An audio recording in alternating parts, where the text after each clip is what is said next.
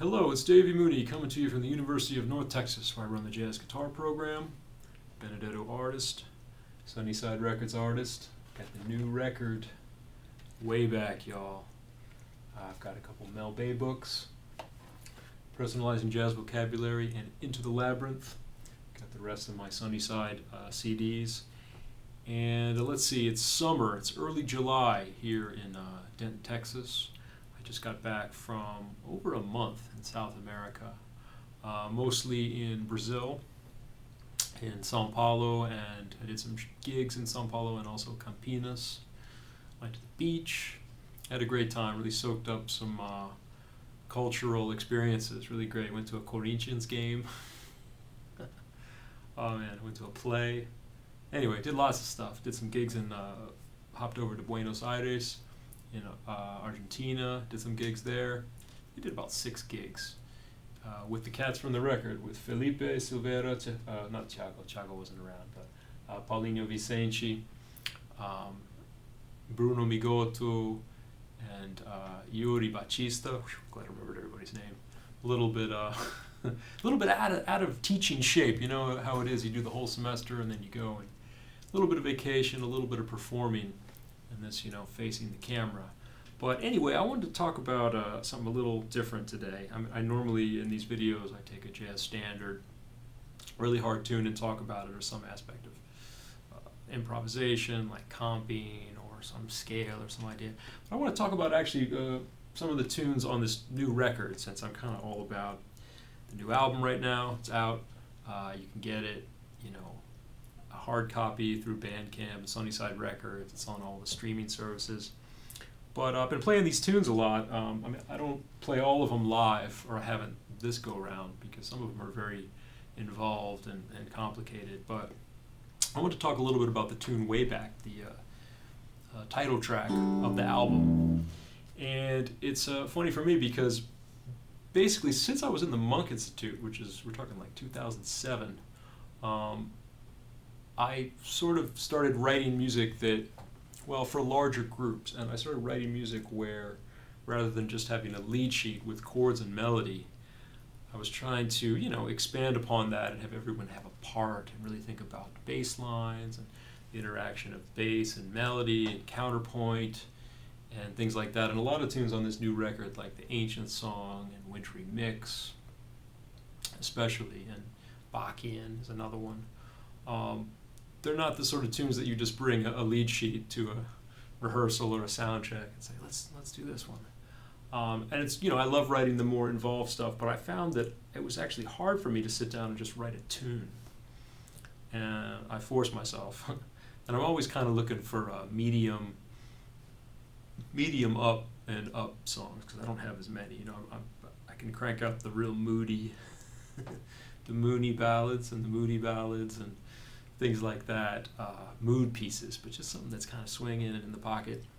So I sat down to write this tune, and the reason it's called Way Back is it sort of reminded me of some tune from the 90s or the 80s, the kind of tune, particularly, I'm always talking about Steve Masakowski and his music and his playing. This melody that came to me and this chord progression reminded me a bit of him, and maybe like some Grolnick, Steps Ahead, kind of Brecker. I don't know. It sounded like that to me, so I'll talk about it a little bit. And I know that you guys don't have the, this isn't one of those tunes that's in the iReal app or the Real Book or online, but if anybody wants a lead sheet, just contact me and I'll get you a lead sheet for the song, because here I am talking about it. But basically it's a 22 bar song, which sounds strange, but it's basically like 8 bars, 8 bars, 6 bars.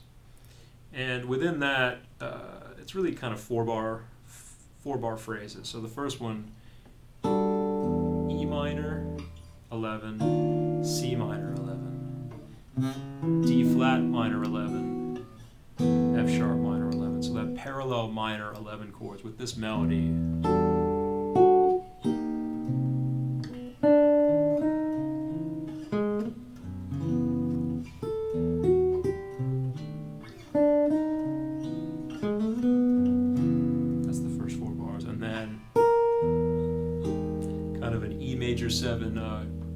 sharp 9 chord, that's the real Masakowski chord, to C7 altered, D flat minor again. That's the first 8 bars.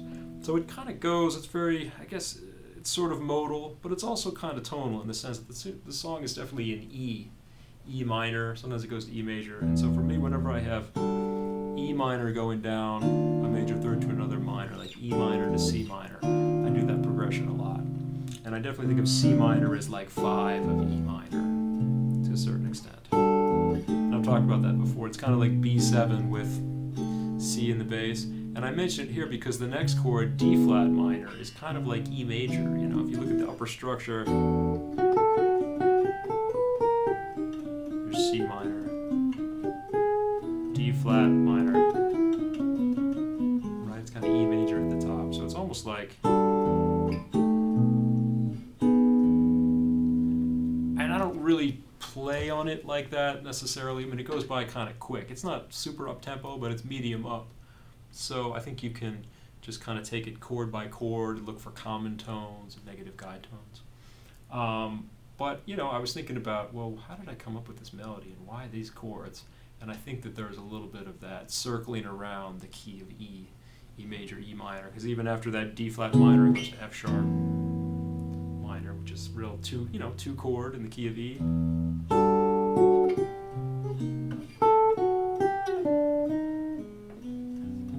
Melody taking advantage of some common tones that sound kind of more chromatic than they are because they all fit over the chords.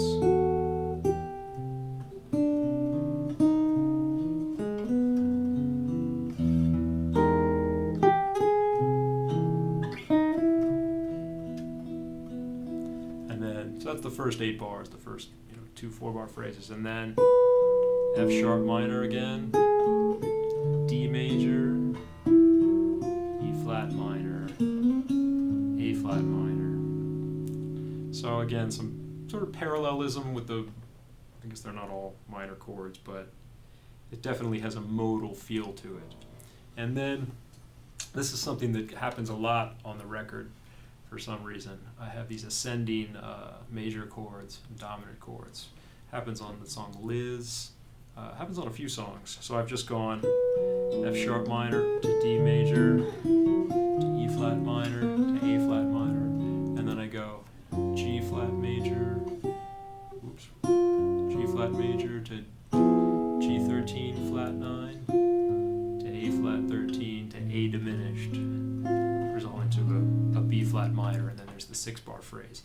And I guess for me, if a song gets one of my songs gets too modal and too many minor chords, I feel like this kind of brings it back to the jazz, to earth a little bit.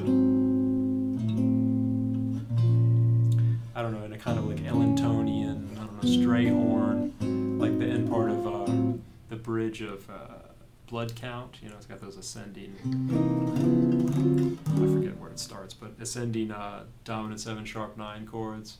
I mean, that definitely puts you back in the in the jazz realm, and it's almost like gospel kind of soulful realm, maybe. You know, a bunch of minor 11 chords can get a little too ethereal for me, you know. I like the sound, but then I want to mix it with other things.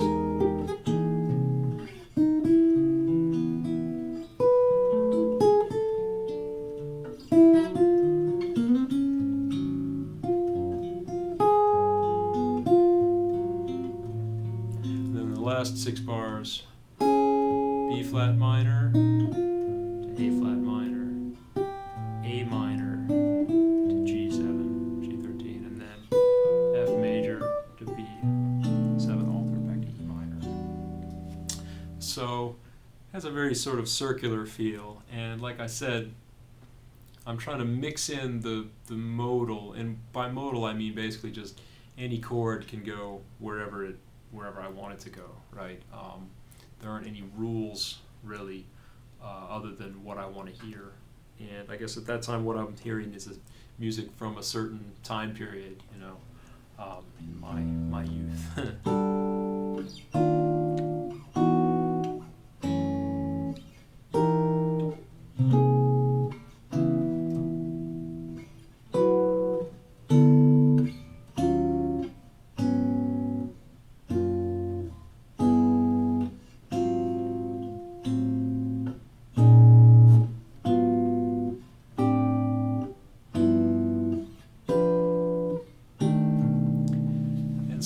play on this song, man, I had to practice it a lot, and I still have to practice it. It's like, we write these tunes, and then it's a good motivator for me to write something. It's not that I set out to write something really difficult, but you write it and you want to sound good on your own. So nobody wants to sound sad on their own song, or any song for that matter. But particularly when you wrote it, you got to kind of sound good on it if you want everybody else to sound good on it. So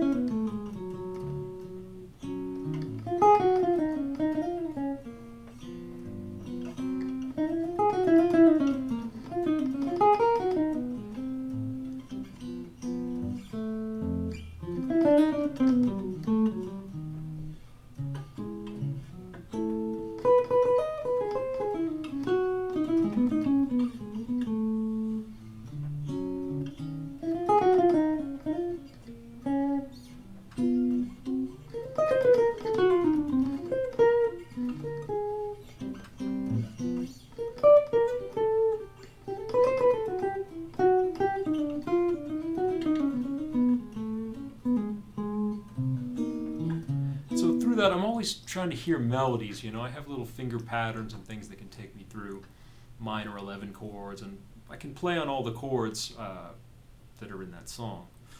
But for me, it's always like searching for that little melody, something that's gonna hopefully hit home with the listener and hits home with me. And a lot of that comes from common tones. Whenever I can, if it's from E minor to C minor, you got a lot of common tones, right? Like A, G, D.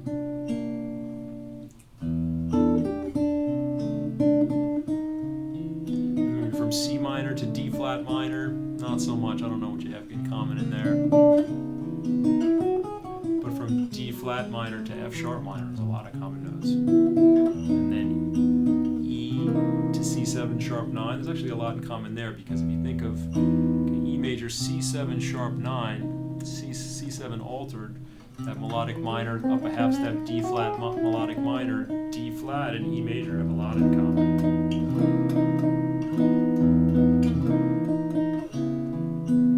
It's almost, play a lot over that progression of E major, because on the solos I don't play that chord, I just play sort of E major. E major, C7, altered D flat.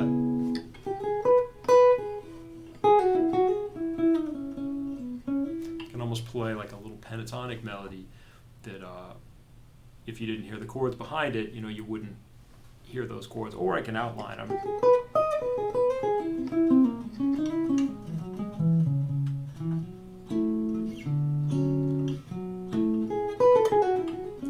F sharp, that's a good, F sharp minor is like a pivot chord there, because then I have a D major chord. And so my F sharp minor has been sort of a 2 chord in E, and then all of a sudden to get to D, it's like a 3 chord in the key of D, maybe. But then there's sort of a modulation there to G flat. I'm just moving things around whimsically. I don't remember how I wrote that particular, these things are kind of magical the way they occur to you, although I took a lot of time actually on this song thinking about the hits, the rhythmic thing about whether, because the melody is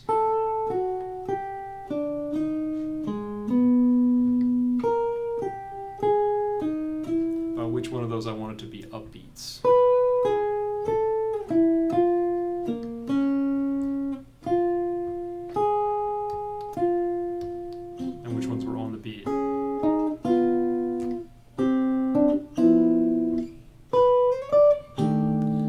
Even there's a version we did live at Smalls a year and a half ago where the hits were a little different, but when I finally did the record I changed it.